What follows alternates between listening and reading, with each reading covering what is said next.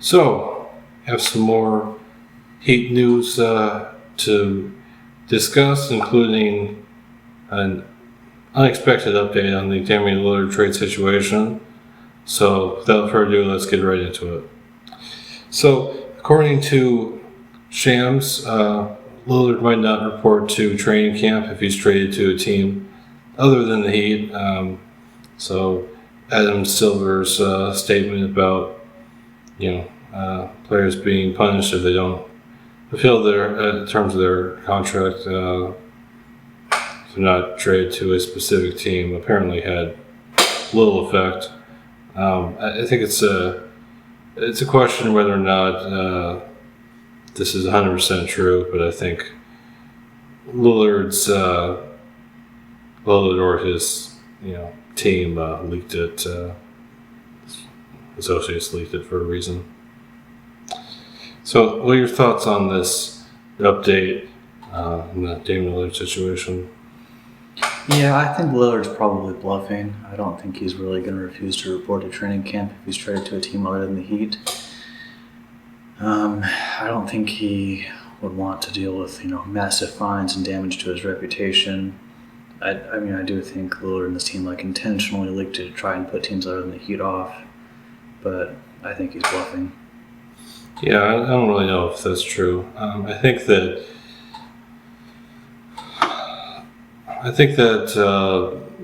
Lillard actually might not report training camp if he's traded to a team other than the Heat, to be honest. I think he's obviously upset with the Blazers for a number of reasons. I'm sure his relationship with them has only gotten worse as the Blazers have endlessly dragged on this situation, even though, according to multiple reports, even before Lillard said that he might not play, if he was traded to a team other than the Heat, there weren't really other teams that were actually that interested in trading for him.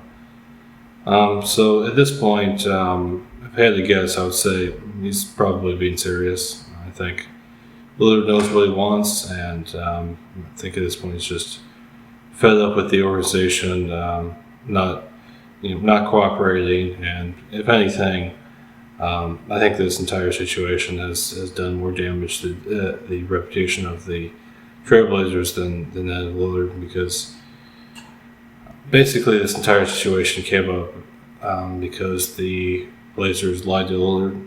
They said that they were going to use their high draft pick to get him some help. They lied. They used it to draft someone who was essentially his replacement, which is what I expected them to do, but they still lied anyway. So, I think this entire situation has really damaged the Blazers' reputation more than it has Lillard's, to be honest. So, moving on to people who are actually currently part of the Heat. Team USA had a disappointing end to their FIBA World Cup run, losing the semifinals to Germany, 113-111. It's obviously not a good result, and the worst part of it was that Team USA didn't even manage to get a medal. They also lost in the bronze medal game to Canada, which is frankly embarrassing. I think there were a number of issues with the team, but I think the biggest one was the team's lack of size, and definitely not really an acceptable outcome for Team USA. Not even get a medal, let alone not the gold.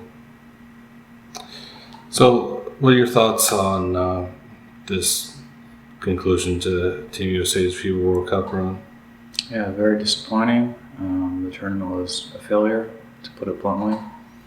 We really should be, at the very least, making it to the final and getting the silver medal. Even that wouldn't be that great. We really should be winning. The talent pool that we have is just orders of magnitude greater than the talent pool of any other country. I do agree the problem is a lack of size. That's why, was it Lithuania we lost to? That they didn't have anywhere near the skill or talent that we had, but they had a lot of size and they used it effectively. Yep.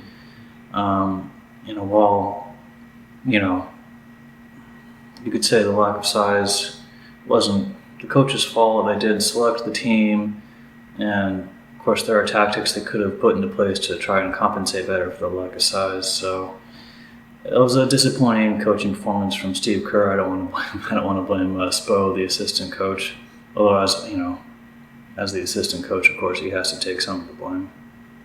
Yeah, I mean, putting blame on one of the coaches. I mean, Steve Kerr. He was the head coach for Team USA in this run, and he was the one who chose the team. He's the one who chose too small a team, frankly, which is what I thought of the team before the tournament started, to be honest. And yeah, I mean, he deserves a lot of blame for how the tournament turned out. You know, Jaren Jackson Jr. was pretty much the only real big man in the entire team, and he didn't really play that well. There were multiple games where he had about as many fouls as he had points.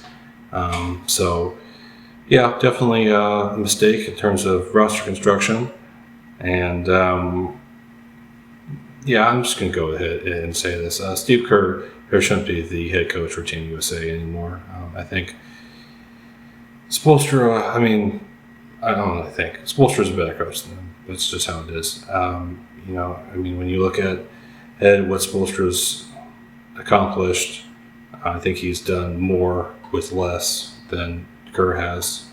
I mean, there are some Heat teams that really shouldn't have even made the playoffs, but they did primarily because of Spoelstra's coaching.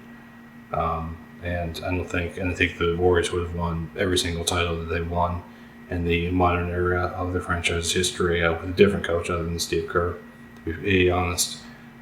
So, yeah, Steve Kerr shouldn't be the head coach for Team USA anymore.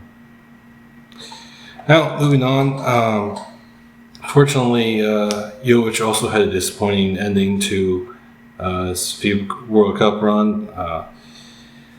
Team Serbia lost 83-77 to Germany in the FIBA World Cup final. Jovic played pretty well. He had 9 points, 8 rebounds, 1 assist. So, yeah, definitely a disappointing conclusion for him, but I think he showcased improvement in skills, and I think overall it was still a good experience for him, despite the fact that it didn't end the way that obviously he would have wanted. So what are your thoughts on Jovic's FIBA World Cup run with Serbia? Yeah, Jovic and Serbia had a really good World Cup run. Of course, the Serbian players were devastated not to win. I mean, relatively small country like Serbia, they don't get many chances to win a world championship in anything. But, I mean, really they did do well to even make it to the final. Yeah. And Jovic particularly, he did show that he's developed a lot. He played well overall, and I think he deserves a larger role for the Heat this coming season. Yeah, and I think he'll definitely get it. In fact, I hope that Jovic, harnesses the disappointment from that end and allows it to motivate him to really make a lot bigger of an impact for the Heat in this upcoming season. Of course, one of the storylines coming out for Serbia has to be the absence of Jokic. I think, given the fact that they made it to the final anyway and only lost by 6 points to Germany, I think if Jokic was playing, I think Team Serbia would have won the final. I don't think Germany, even though they have some, decent to good big men on the team, I don't think they have anyone that would really have much repair of slowing down Jokic that much. And as you said, Serbia doesn't really get a lot of chances to win a major tournament like that. So you have to imagine that Jokic is perhaps regretting his decision a little bit.